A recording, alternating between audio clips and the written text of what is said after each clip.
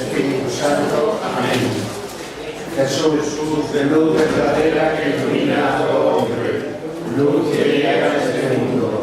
Nosotros sabemos cuando ha venido de Dios al Padre para ser nuestro Maestro y que enseña los caminos de la verdad. Las palabras que oímos de ti son espíritu y son vida. Pero ¿quién es digno de abrir el libro rompiendo el sello? Tú solo, tú que diste tu vida por nosotros y nos compraste para Dios con tu sangre. Danos a conocer los misterios del reino de Dios y las inagotables riquezas de tu corazón.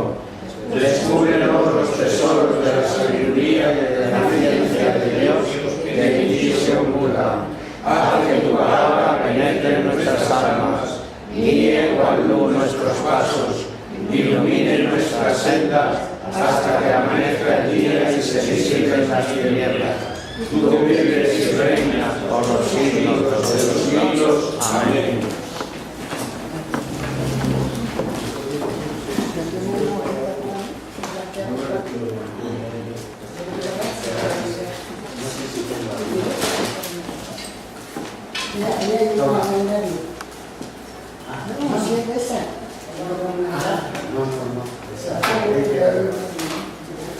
Bueno,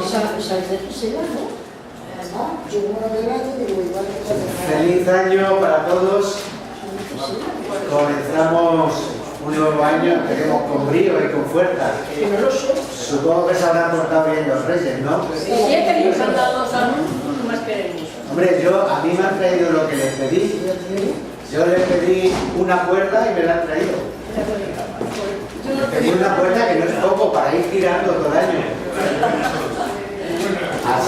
Así que no creáis que chico regalo, el poder ir tirando. Bueno, terminamos el último día ya el año pasado, hablando del capítulo 14 del Evangelio de Juan. Empezamos el capítulo 14, en el que se nos daban, eran una especie de instrucciones últimas, como discursos de despedida de Jesús a sus discípulos. Son estos capítulos anteriores a la pasión de Jesús, a la pasión y muerte redentora de Cristo. Empezaba el capítulo 14 como una continuación de esos discursos de despedidas y decía Jesús a los suyos: no se turbe vuestro corazón, creéis en Dios, creed también en mí. En la casa de mi Padre hay muchas moradas, ¿recordáis? Y hablábamos de estas moradas de la casa del Padre como los distintos grados de gloria en el cielo. Pero tenía también otra significación, en que la enseñanza no es que el cielo sea para unos pocos, sino que el cielo es para todos, hay cabida para todos. Por eso en la casa de su Padre hay muchas moradas. Aunque decía que ya desde los tiempos iniciales de San Ireneo, la interpretación era de los distintos grados de fe, los distintos grados de gloria en que cada uno disfrutaremos en el cielo. Jesús les dice a sus discípulos que a donde Él va, ellos ya saben el camino, y Tomás le dice: no sabemos dónde vas, ¿cómo vamos a saber cuál es el camino? Y les da esa frase trascendente de Cristo: yo soy el camino, la verdad y la vida. Y termina hablándoles del conocimiento recíproco entre el Padre y el Hijo. Dice: creedme que yo estoy en el Padre y el Padre en mí. A lo menos creedlo por las obras. El Padre está en Cristo por la comunicación que le hacía, decíamos, y Cristo está en el Padre por la dependencia que su humanidad tiene de Él para realizar los milagros y el mensaje de Cristo. Y continuamos hoy con ese capítulo 14 y vamos a ver cuáles son los frutos de la fe en Cristo, una vez que Cristo va a estar ausente. Y leemos el versículo 12. solo el versículo 12 del capítulo 14 de San Juan. En verdad, os digo, el que cree en mí, ese hará también las obras que yo hago, y las hará mayores que estas, porque yo voy al Padre. Muy bien. ¿Veis?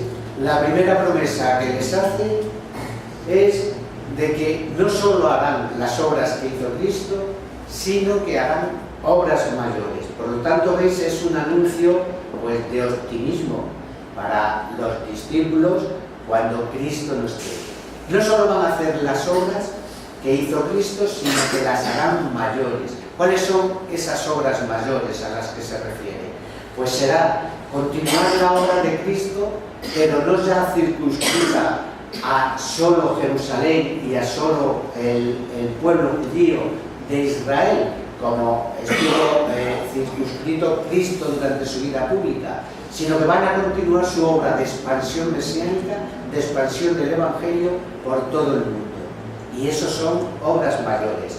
San Agustín decía, con la predicación de los discípulos creyeron no unos pocos, como eran ellos, sino pueblos enteros. Y estos son sin dudas obras mayores. Pues estas son las obras mayores que Cristo dice a sus discípulos que van a realizar. Van a continuar su obra, pero expandiéndose por todo el mundo. Y estas obras que van a hacer se debe a que Él va al Padre. Hay a continuación, en los siguientes versículos 13 y 14, el efecto de su oración dirigida a Cristo y al Padre. Vamos a leer esos versículos 13 y 14. En efecto, cualquier cosa que pidáis en mi nombre, os lo concederé, para que el Padre sea glorificado en el Hijo. Os concederé todo lo que pidáis en mi nombre. Y lo que pidiereis en mi nombre, eso haré, para que el Padre sea glorificado en el Hijo. Si me pidiereis alguna cosa, parece lo que pida el Padre en nombre de Cristo, eso lo hará Cristo. Parece un poco como si podría pensarse que Cristo lo haría como un instrumento del Padre. Por eso viene el versículo siguiente, si me pidiereis alguna cosa en mi nombre, yo lo haré. Es decir, está a la misma altura del Padre. Se pone, por eso dijo en otra ocasión, yo y el Padre somos una misma cosa. Parece como que el segundo versículo aclara un poco el primero, ¿no? Porque si no parecía ser que lo que pidierais al Padre en mi nombre, yo lo haré, como un instrumento del Padre. No, lo que le pidamos a Él en su nombre, Él lo hará. ¿Qué significa pedir en mi nombre? Pues se refiere a esas obras mayores que he hablado, a la continuación de su obra mesiánica, a la expansión de su evangelio, que se refiere por lo tanto a los apóstoles que unidos a Él, le piden a Él todo lo que necesitan como continuadores de su obra. Y esta obra que Cristo hará es su obra para que el Padre sea glorificado. ¿Sabéis? Siempre la conclusión de Cristo, la misión de Cristo era llevar a cabo la obra del Padre para glorificar al Padre, para cumplir su misión, que era glorificar al Padre. En los versículos siguientes, del 15 al 26, hay una promesa de una triple venida. Primero, la venida del Paráclito, la venida del Espíritu Santo, luego la venida del mismo Cristo y, por último, la venida del Padre también. Vamos a ver en qué aspecto, en qué significa. Todo el pasaje del versículo 15 al 20, del versículo del 15 al 26 se desenvuelve bajo el tema del amor. A los que le aman les aguarda una triple venida.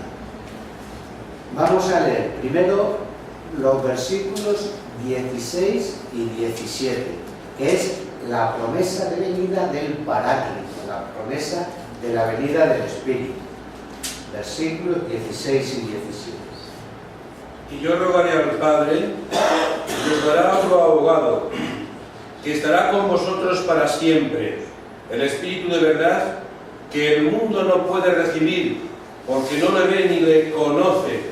Vosotros lo conocéis porque permanece con vosotros y está en vosotros. Muy bien.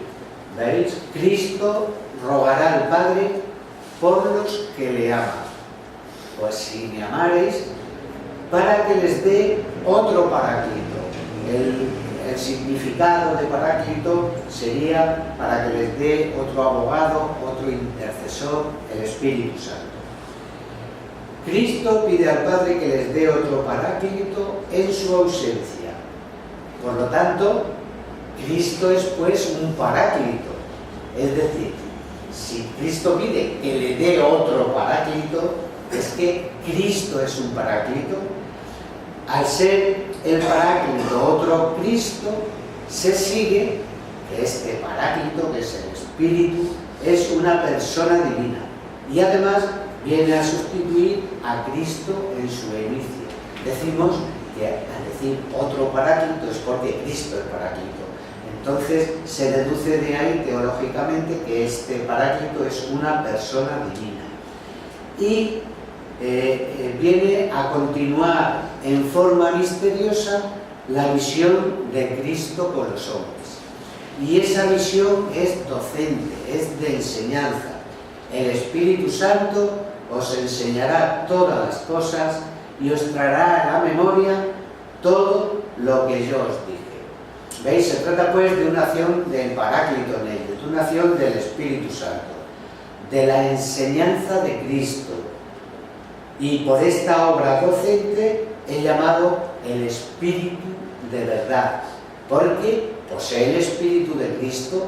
Y dijimos Cristo cuando recordábamos el inicio del capítulo 14, cuando Tomás le dice cuál es el camino para llegar a donde él va. Cristo es el camino, es la verdad y la vida. Por eso es el Espíritu de la verdad, porque posee el Espíritu de Cristo. En cambio, dice el mundo, que en Juan siempre suele tener un carácter peyorativo, es decir, el mundo, los alejados de Dios, los que no reconocen a Cristo, pues no pueden recibir este Espíritu porque no le ven ni le conocen. Pero ellos, por la acción de Cristo en el Padre, se les dará para que esté con ellos para siempre. Ahí ese versículo 17 parece que tiene una interpretación o una redacción en presente, cuando en realidad el Paráclito se les promete para el futuro. Dice el versículo 17: vosotros le conocéis porque permanece en vosotros y está en vosotros. Si el Paráclito, el Espíritu, se les promete para el futuro, la redacción correcta sería el futuro, ¿no? Sería vosotros le conoceréis porque permanecerá en vosotros y estará. Pero se trata de un futuro tan eminente, la venida del Espíritu Santo y próximo, que se formula frecuentemente por un presente. Vosotros le conocéis porque está y porque permanece y está en vosotros. Bien, esta promesa futura se refiere a la donación oficial del Espíritu Santo en Pentecostés. Esta acción del Paráclito en ello les enseñará todas las cosas y os traerá a la memoria todas las cosas que yo dije. ¿A qué se refiere esta acción del Espíritu sobre las cosas que os dije? ¿O se refiere a la enseñanza que Cristo hizo a los apóstoles en su periodo terreno? ¿O se refiere a admitir nuevas revelaciones hechas directamente por el Espíritu a los apóstoles para completar el tesoro objetivo de la fe? Bueno, pues creo que el primer sentido es el que tiene una interpretación correcta, porque se complementa con el capítulo 16 de Juan. Leer Juan 16, 13, 14.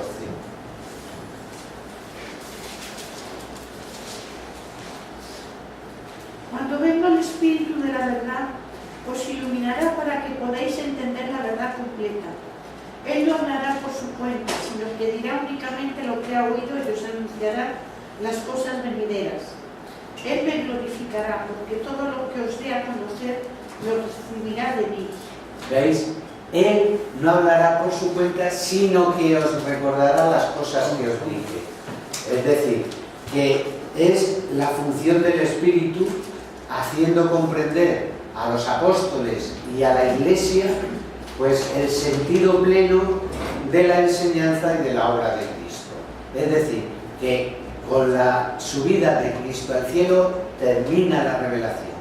No habrá nueva revelación, pero el Espíritu Santo viene para iluminar todo lo que os dije. Es el sentido primero que decíamos de hacer comprender a los apóstoles el sentido pleno de toda la obra de Cristo. Bien, y esta promesa que redactada así está hecha como para los apóstoles, sin embargo tiene una proyección doctrinal universal, tiene la perspectiva universal de la Iglesia. El Espíritu Santo no vino solo para los apóstoles, es verdad que está dicho a los apóstoles, pero la proyección es universal. Lo sabemos por muchos textos y en muchos lugares, como el Espíritu Santo en Pentecostés no solo viene sobre los apóstoles, sino sobre muchos reunidos con los apóstoles. También luego después vamos a leer, por ejemplo, en la Primera de Corintios. Primera de Corintios, capítulo 12, versículos del 1 al 11. Como la acción del Espíritu Santo, incluso acreditada con carismas, estos carismas vienen sobre los distintos miembros de la Iglesia. Del 1 al 11. Del 1 al 11. No quiero, hermanos, que ignoréis lo tocante a los dones espirituales. Sabéis que cuando erais gentiles os dejabais arrastrar hacia los ídolos mudos, por lo cual os hago saber que nadie hablando en el Espíritu de Dios puede decir: anatema sea Jesús. Nadie puede decir: Jesús es el Señor, sino en el Espíritu Santo. Sí. Hay diversidad de dones, pero uno mismo es el Espíritu.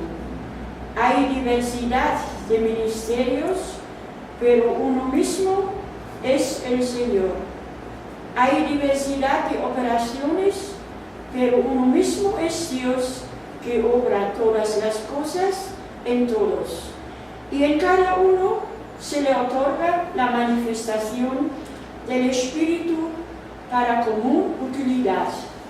A uno le es dado por el Espíritu la palabra de sabiduría, a otro la palabra de ciencia, según el mismo Espíritu, a otro fe en el mismo Espíritu, y a otro don de curaciones en el único Espíritu, a otro operaciones milagrosas, a otro profecía, y a otro discreción de espíritu, y a otro diversidad de lenguas, a otro interpretación de lenguas.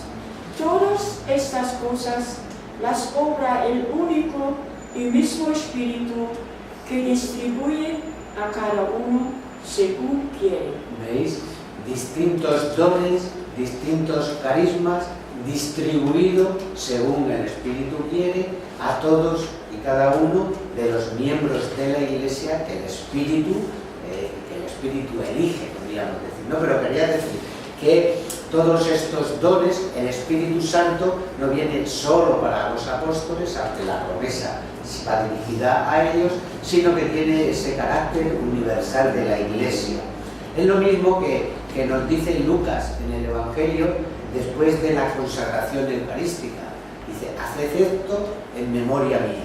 Va dirigida a los apóstoles, pero tiene un carácter, sin embargo, tiene un contenido doctrinal universal. Es decir, aunque hacer esto en memoria mía va dirigido a los apóstoles, el Concilio de Trento definió de fe que con estas palabras Cristo no solo ordena sacerdotes a los apóstoles, sino que con ellas preceptuó que ellos y sus sucesores ofreciesen el sacrificio eucarístico. Pues igual aquí en la promesa de la venida del Espíritu Santo. Después de esta promesa del Espíritu Santo viene una promesa de la venida del mismo Cristo. Vamos a leer los versículos del 18 al 21.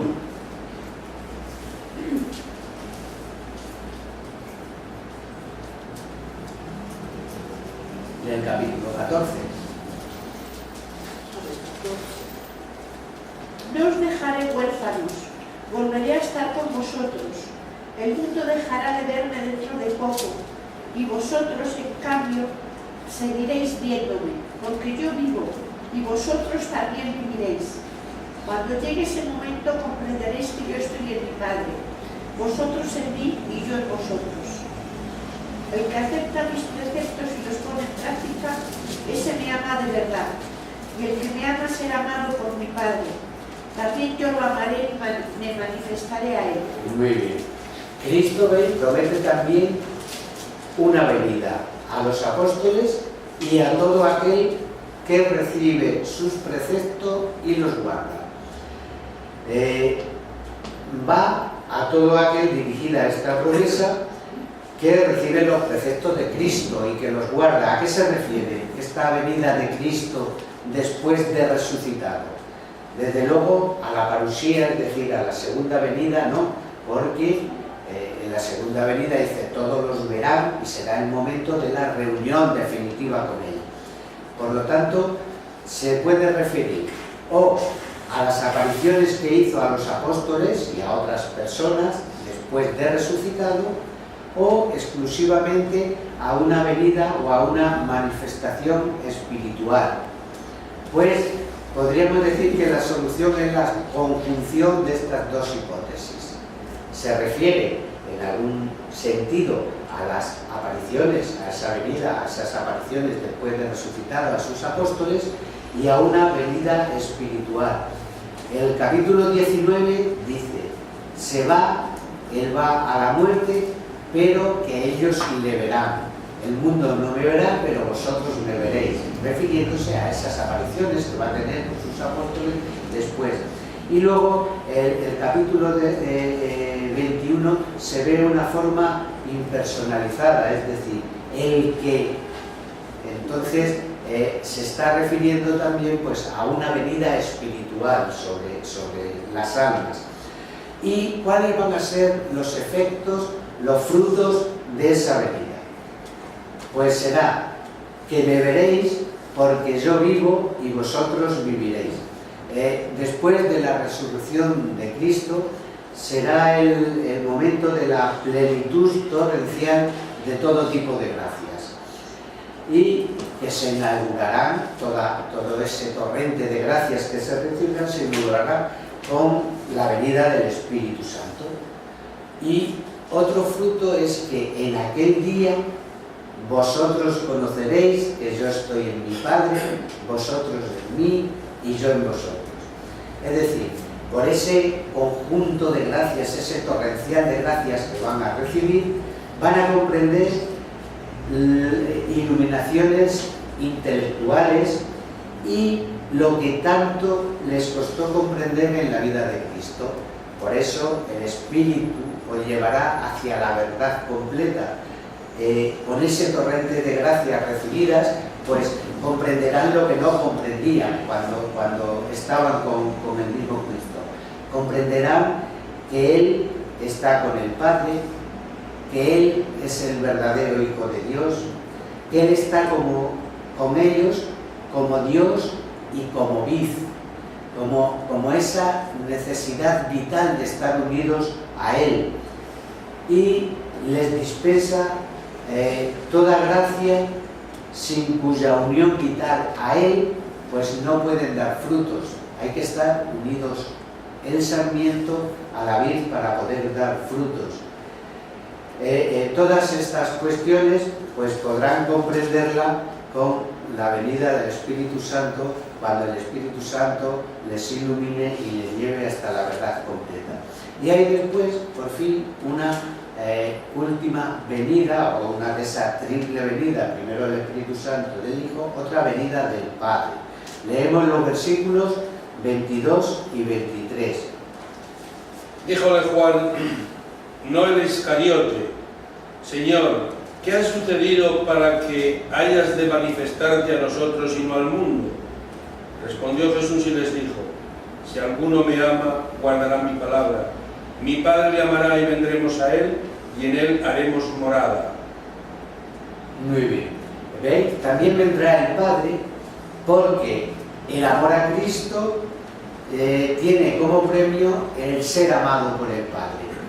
Lo que tiene como efecto que vendremos a Él y haremos morada en Él. Esta venida del Padre es también una venida espiritual, una venida íntima, interna. Aunque no se dice, pues, que también venga el Espíritu, se sobreentiende, porque es lo que se está suponiendo en el capítulo. O sea, que se dice que ama a Cristo, el Espíritu de Cristo está en él, decía en el versículo 17. Es lo que la teología llamó la inhabitación de la Trinidad en el alma, con esa triple venida del Espíritu, del Hijo y del Padre. Y vemos unas palabras de aliento finales para los discípulos. Ya decíamos que está muy próxima, aunque va a seguir dando una serie de instrucciones finales, discursos. Bueno, decíamos que seguimos en este capítulo 14 y vamos a ver los versículos del 27 al 31. La paz os dejo, mi paz os doy, no como el mundo la da, os la doy yo. No estéis angustiados ni tengáis miedo. Ya sabéis lo que os he dicho. Me voy, pero volveré a estar con vosotros. Si me amáis, os alegraréis de que me vaya al Padre, porque el Padre es mayor que yo. Os lo he dicho ahora, antes que suceda, para que cuando suceda creáis. No hablaré ya muchas cosas con vosotros, porque el príncipe de este mundo está para llegar. No tiene poder sobre mí, pero debe ser así para que el mundo conozca que yo amo al Padre y que hago lo que el Padre me ha ordenado. Levantaos, vámonos de aquí. ¿Veis? Esta forma de terminar el capítulo 14 indica que está muy próxima la pasión, está después de estos discursos que aquí ha intercalado Juan, está muy próximo y enlazará con el capítulo 18 de San Juan, que es cuando empieza a narrar la pasión y la muerte de Cristo. Cristo no quiere que se turben en su corazón, que no estén preocupados con su partida, y les desea la paz. La paz entre los judíos era un signo de suma importancia, porque la paz lo encerraba todo, encerraba todos los bienes y era signo de felicidad. Esa es la paz que Cristo les deja, una paz íntima, pero compatible con las persecuciones. Se refiere en esa paz que les desea, esa triple venida que les ha anunciado, del Espíritu, del Padre y del Hijo.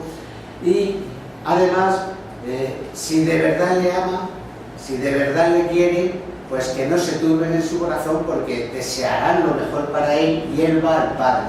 Y dice aquí, el Padre es mayor que yo. Bueno, fijaos cómo hay infinidad de citas donde se ve la divinidad de Cristo, y por estas citas en las que Cristo habla del Padre mayor que él, pues algunos, como los testigos de Jehová y algunos más, pues hablan de la no divinidad de Cristo, de cómo Cristo mismo decía que era inferior al Padre. ¿Qué se refiere al decir que el Padre es mayor que yo? ¿O en qué aspecto dice que el Padre es mayor que yo? Bueno, pues la interpretación corriente, general, desde el siglo IV, sobre todo en el mundo latino, es que esto lo dice Cristo en cuanto hombre. Y efectivamente, en cuanto hombre, Cristo es menor que el Padre. Pero esta interpretación, que sí es correcta, hay que encuadrarla en otro aspecto, porque que el hombre es inferior a Dios es evidente. Podríamos decir, no merece la pena ni decirlo, porque que el hombre es menor que Dios, pues evidente. Pero si esta frase está encuadrada y está dicha por el Verbo encarnado, y aquí sí tiene su significado. En el Verbo encarnado estaban las dos naturalezas, la divina y la humana.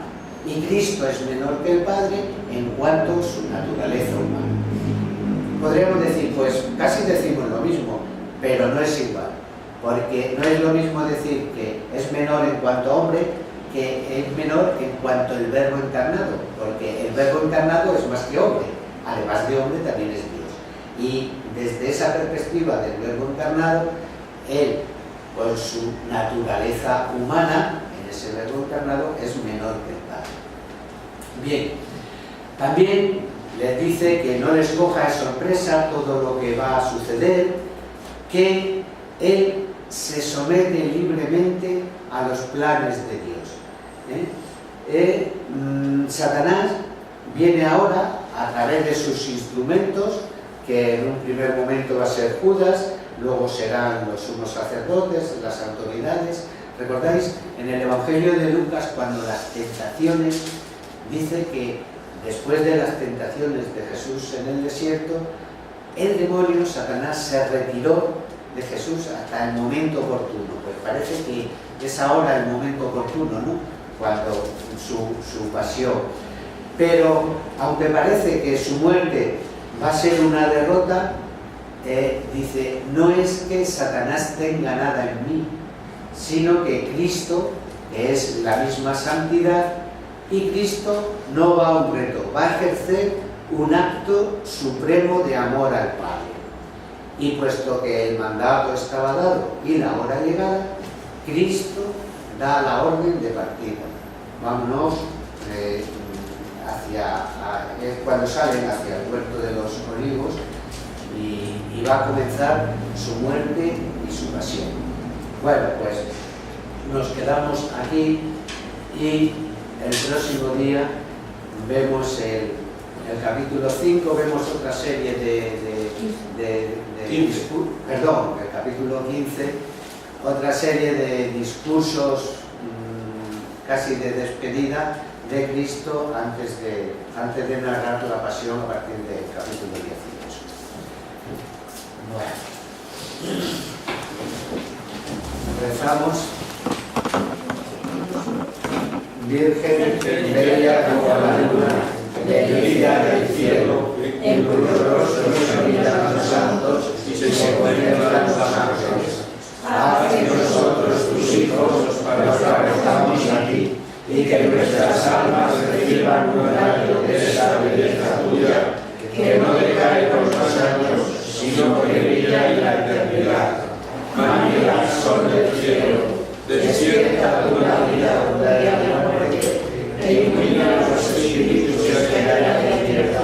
Refleja los rostros de tus hijos, concédenos un destello de tu luz y tu fervor. María, poderosa como un ejército, concede a nuestras filas la victoria. Somos tan débiles y nuestros enemigos se ensoberbecen contra nuestros armas, mas con tu bandera nos sentimos seguros de vencerlo.